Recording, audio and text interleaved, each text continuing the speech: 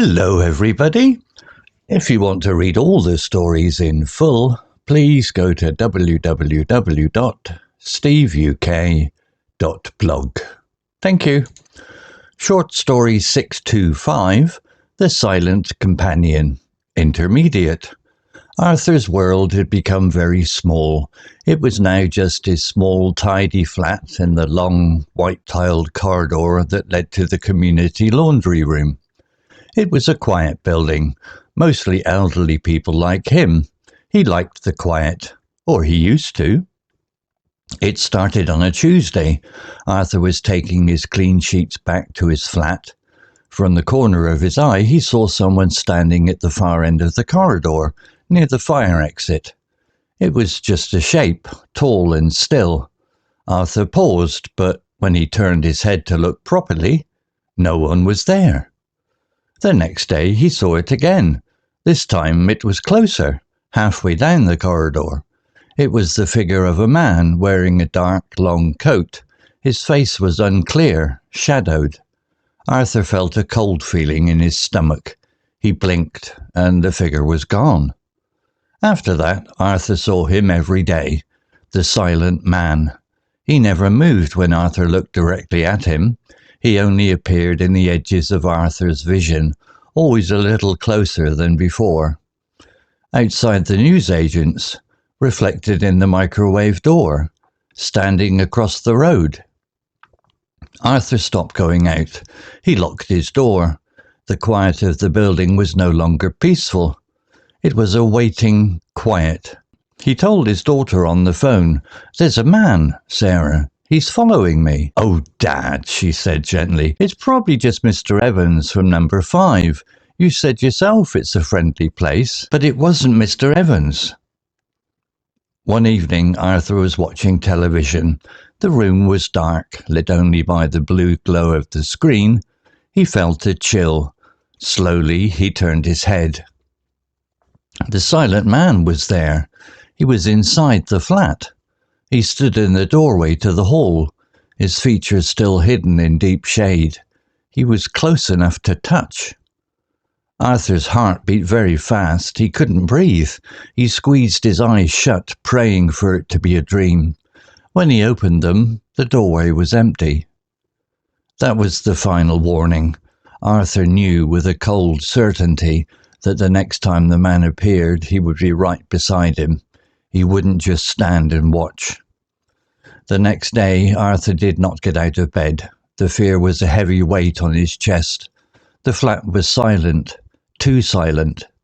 The usual hum of the refrigerator had stopped. The tick of the clock on the wall was absent.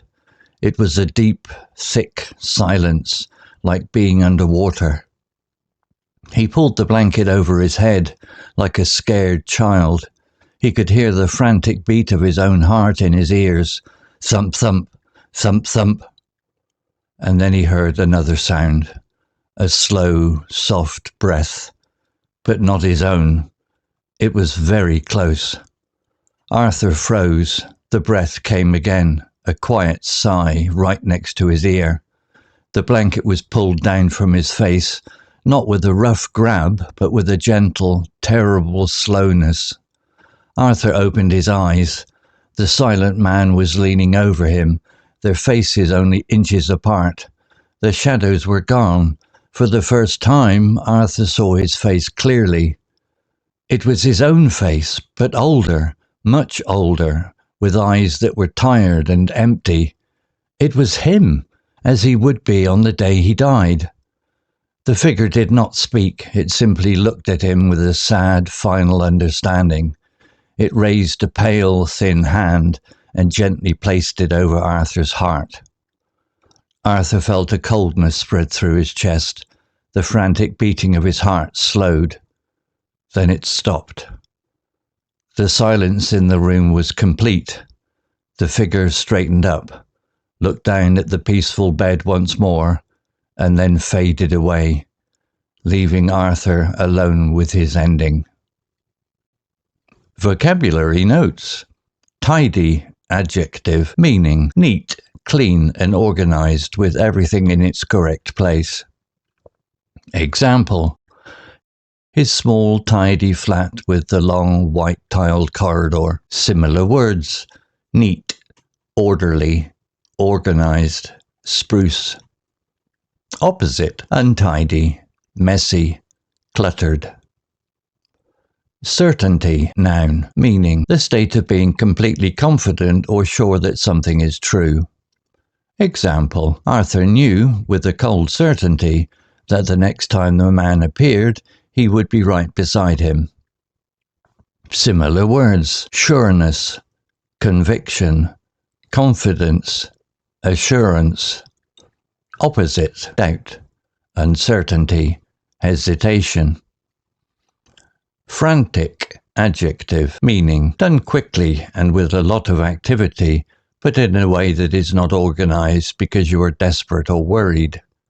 Example: he could hear the frantic beat of his own heart in his ears. Similar words: wild, desperate, panicked, hectic. Opposite: calm, relaxed, measured, leisurely. Absent, adjective, meaning not present or existing in a place. Missing. Example: the tick of the clock on the wall was absent. Similar words: missing, gone, lacking, unavailable. Opposite: present, existing, here. Fade, verb, meaning to slowly become less clear, visible, or loud until it disappears. Example: the figure straightened up and then faded away. Similar words: disappear, vanish, dissolve, diminish, melt away. Opposite: appear, materialize, intensify. Story written by DeepSeek AI. Image created by AI Magic's X AI. To read all the stories in full, please go to www.steveuk.blog. Thank you. Welcome to the Deep Dive.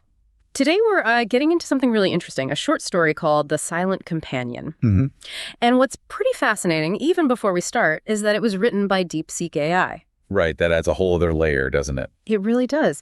So our mission today, for you listening, is to explore this story. It's about an elderly man, Arthur, and his increasing dread as he encounters this silent figure. We'll be looking at what this companion might be, how the fear builds, and what it tells us about, perception, fear, mortality even. Exactly. Okay, let's unpack this.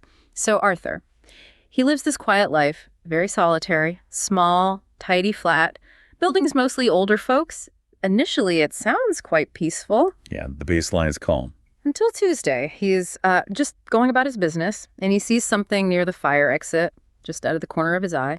A shape, it says tall and still. Only peripheral, though. Only peripheral. He looks directly, it's gone, just vanishes. And that's just the start. And right there, that's classic psychological tension building. Right. What's fascinating is how it plays on that unease, the stuff you can't quite pin down. Yeah. That feeling of the uncanny. Something's off, but you can't prove it.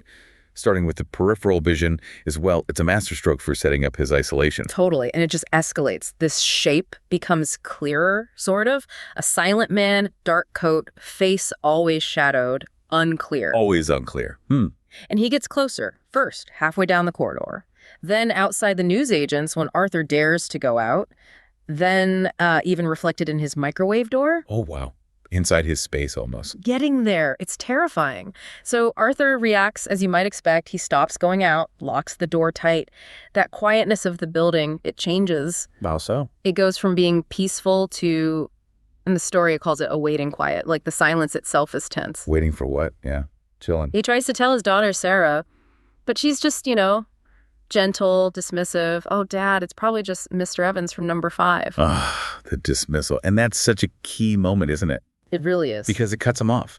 It confirms his isolation. What he's seeing, what he's feeling, it's real to him. But now it's only real to him. No one else gets it or even believes it. Makes it way scarier. Absolutely.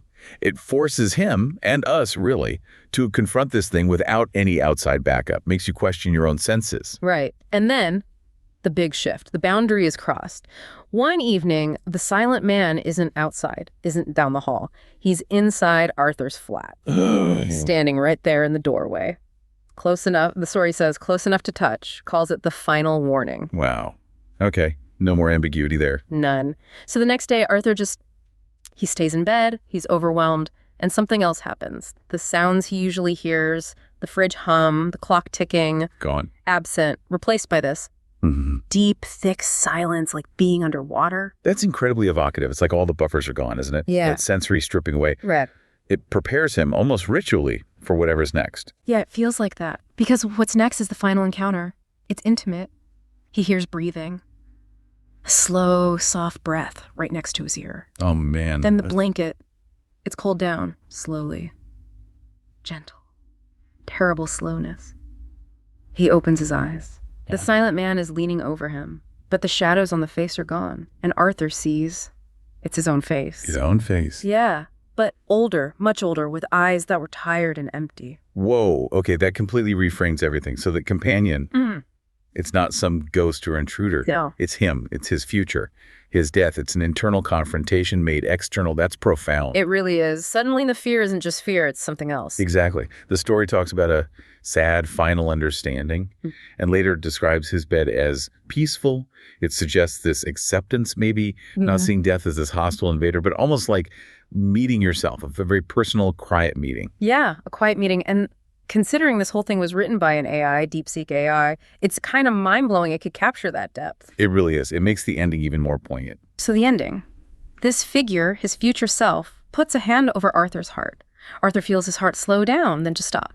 The figure fades, leaving Arthur alone with his ending. Wow. So wrapping this up, this deep dive into the silent companion, it's shown us this really powerful journey, hasn't it? Into fear, endings, and finding out your ultimate companion is, well, you. And it definitely raises a big question, especially knowing the author is DeepSeek AI. What does it mean for AI to be able to sort of articulate these deep human experiences like mortality, self-reflection, fear? Yeah, that's the kicker, isn't it? It makes you think. It does. And maybe a final thought for you listening. How might your own view of fear, or even how you think about an ending, change if you consider that maybe your silent companion is just a reflection of yourself? Perhaps even one shown to us through a lens that isn't quite human. Makes you pause, doesn't it?